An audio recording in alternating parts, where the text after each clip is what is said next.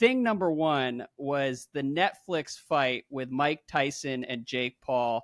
Joseph says, Ben and Andrew, it's 10:55 here, Friday night in Chicago, and I'm fighting with Netflix to get the Paul Tyson spectacle on a reliable stream.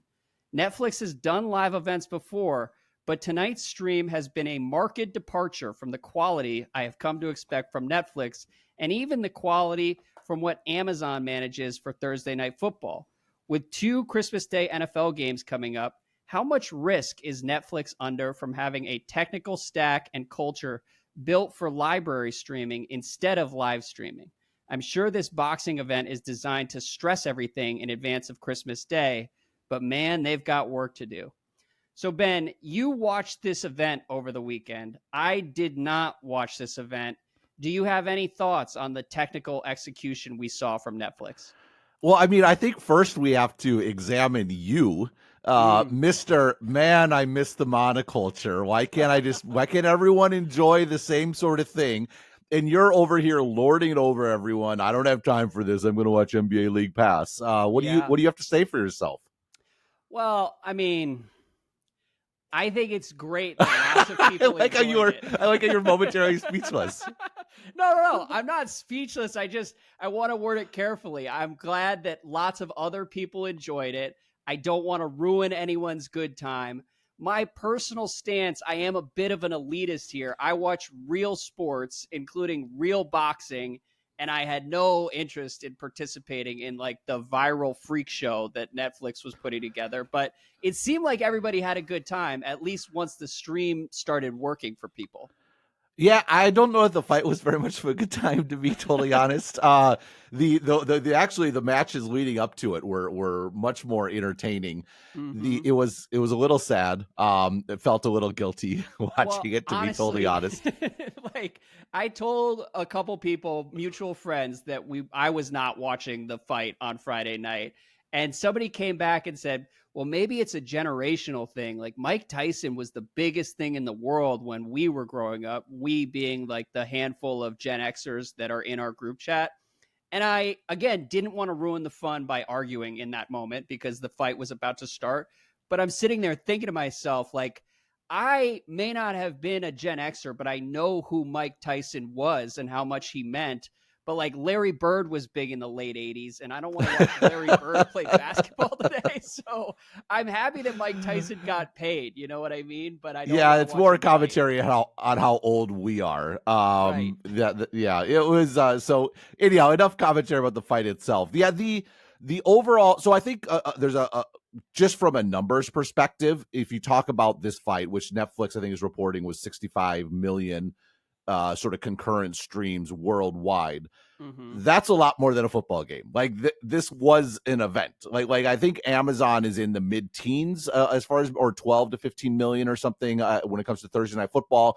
For sure, Christmas Day will be more than that, but it's still like we're talking like less than half the sort of what was going on here. So I don't this wasn't a dry run for Christmas. This was actually the worst case scenario, I think, like as far as astronomical. I mean, this is one of the most viewed events globally of the entire year. The presidential debate was a hair more popular with 67 million viewers on linear television.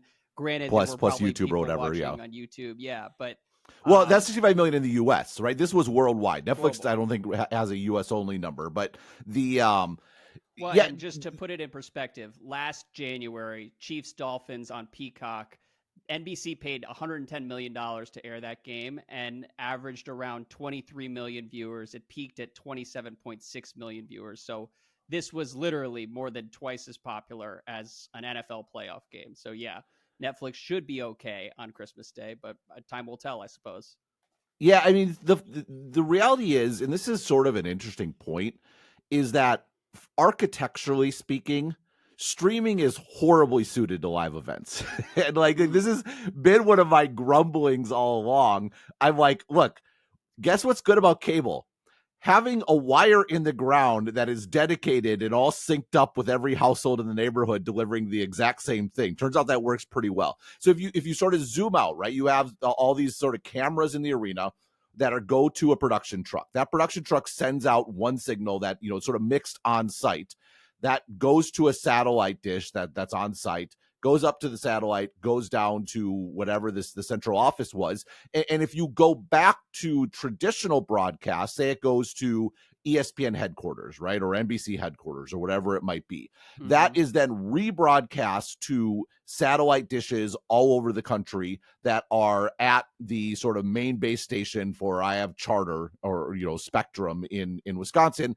It'll go there, and then from there it's distributed sort of to the houses in the area, and it's distributed like it's a one-to-many sort of broadcast. So you have this link that gets it relatively local, that it's sort of a one-to-many broadcast, and sending out the exact same signal on the exact same frequency on like this set of wires, and everyone sort of watches it at the same time.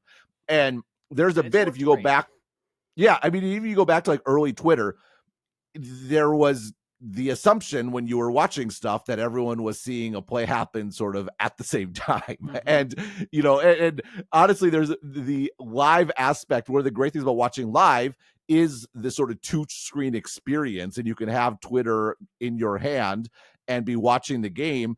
And over the last few years, that's gotten a bit choppy because it's funny we see because it with the Super Bowl every year, where I think the last time we were all watching the Super Bowl, we being you, me, and like 10 other friends, all in different locations, but sort of texting during the game.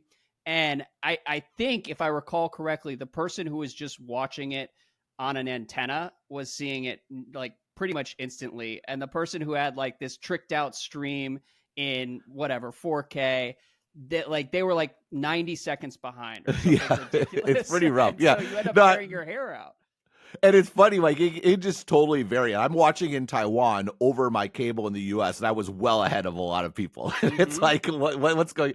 I think I was actually, So it's kind of a mess. And the problem is, we're this sort of one-to-many bit breaks down with streaming. So the way Netflix works is actually pretty interesting, because they have they push out so much data.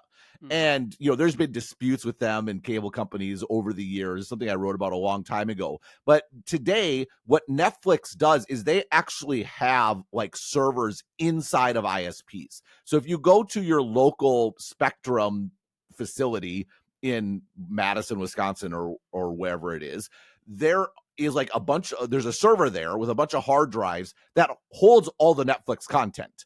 And Netflix is actually just pushing it relatively locally. And then there's also like CDNs and stuff that's pushed out. But Netflix actually takes this to another level, where they're actually pushing their content out into these areas. But even if you're a centrally broadcasting thing, you have to push it out to a CDN. A CDN is a similar idea. It's basically servers in ISPs all over the world, like Cloudflare, one of the biggest CDNs. They have points all over the world inside ISPs. That's a part of their business proposition, is putting this hardware everywhere that mirrors the content from the central data. I mean, even we're going to talk about Passport later.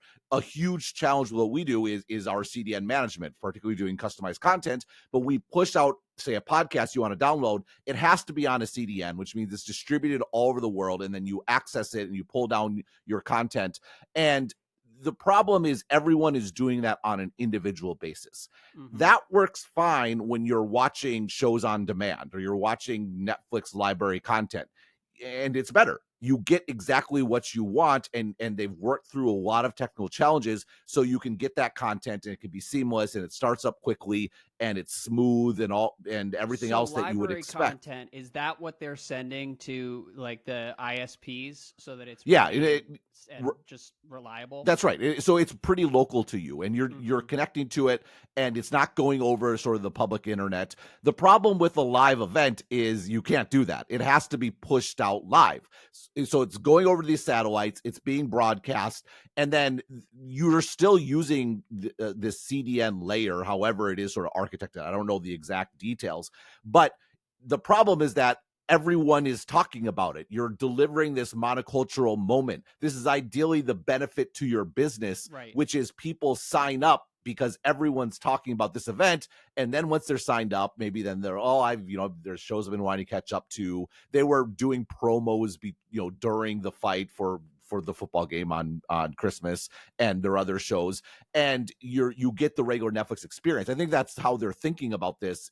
Is it's a customer acquisition tool. Mm-hmm. It's not like it's not evergreen content. Like I would encourage. You haven't thought about the Mike Tyson Jake Paul showdown for the last 48 Yeah, hours you don't need to go after back and watch it. I'm gonna next year I'm gonna go back and rewatch the seminal moment in time. No, the entire value of it was it's happening right now. Everyone else is watching it. That's the reason I watched it. Like Right. it was Well, just and it's I like felt an compelled to advertisement for participate in the Netflix. monoculture moment. Yeah. That Well, makes sense. And honestly, I'm glad you explained the difference in sort of technical approach to broadcasting live versus broadcasting like their library. It's a testament to the Netflix standards everywhere else that I was pretty shocked that they ran into any issues hosting, because I'm just used to Netflix in particular executing flawlessly in the streaming space, and it was odd to me that they were struggling with it on Friday night, because I we've think seen it I with think this Thursday might be Night connected. Football. Yeah, Okay. I think this might be connected, which is most people distributing their content are using CDNs. They're using a Cloudflare. They're using Amazon CDN, which are Netflix like does it better because they have their own. They actually do have their own hardware in local ISPs, and so they're sidestepping everyone to have this superior experience. I wouldn't be surprised if one of the reasons they had challenges is they have their own hardware that's not actually tuned to this use case. And maybe there's a bit where the more general purpose approach that you're forced to use, where it's not as ideal for the streaming use case, but maybe it's more adaptable to a live use case. Maybe that's one of the challenges they had. I honestly think, though, the challenge they had is that it was 65 million people, and no one has streamed anything to 65 million people before. That everyone's watching the exact same thing at the exact same time. My guess is, and their comments publicly, they released like an open letter that they sent to their employees, was this went well. I think that's probably true. All things considered, it was unrealistic, I would think, for it to not have some troubles. And it seems like once the fight started, it worked pretty well. So I'm sure there was a huge amount of because it was really choppy, I think, beforehand. Some of the earlier fights as people were, so they probably provisioned a ton of extra stuff. They probably added on external CDNs and just started distributing. Oh, we can't handle this. We're putting it out there. I would bet they had those plans in place ahead of time, hoped they wouldn't need them. But this is something you can't really test, right? Can you really test what it's like to be consuming this? I mean, there is testing you can do. There is load testing you can do. And like we have suites for testing our stuff that is, hundreds of thousands of concurrent connections. This isn't hundreds of thousands of concurrent connections. It's 65 million concurrent connections. And just the cost to test that, I would bet would be, I don't even know if it's possible. And if it is, it's just sort of a tough thing. Because what are you going to do? Like everyone who's watching Netflix, you're going to have them simultaneously streaming this in the background to test. No, you're ruining their experience. So I'm fairly sympathetic to Netflix. All things considered, I think they pulled it off. There was some weirdness where if your stream paused or it froze, it would then restart where it was, and you had to remember to like actually fast forward to like catch up to live. Like it just their user interface isn't designed for live. Like they just don't do live. It's not something they've done regularly. So all in all, I'm fairly sympathetic to them. I think that Christmas will probably be fine. I'm sure they're doing a teardown at every single level of this stack to figure out what went wrong. How can we make sure that doesn't happen with the NFL on Christmas? And it will be okay.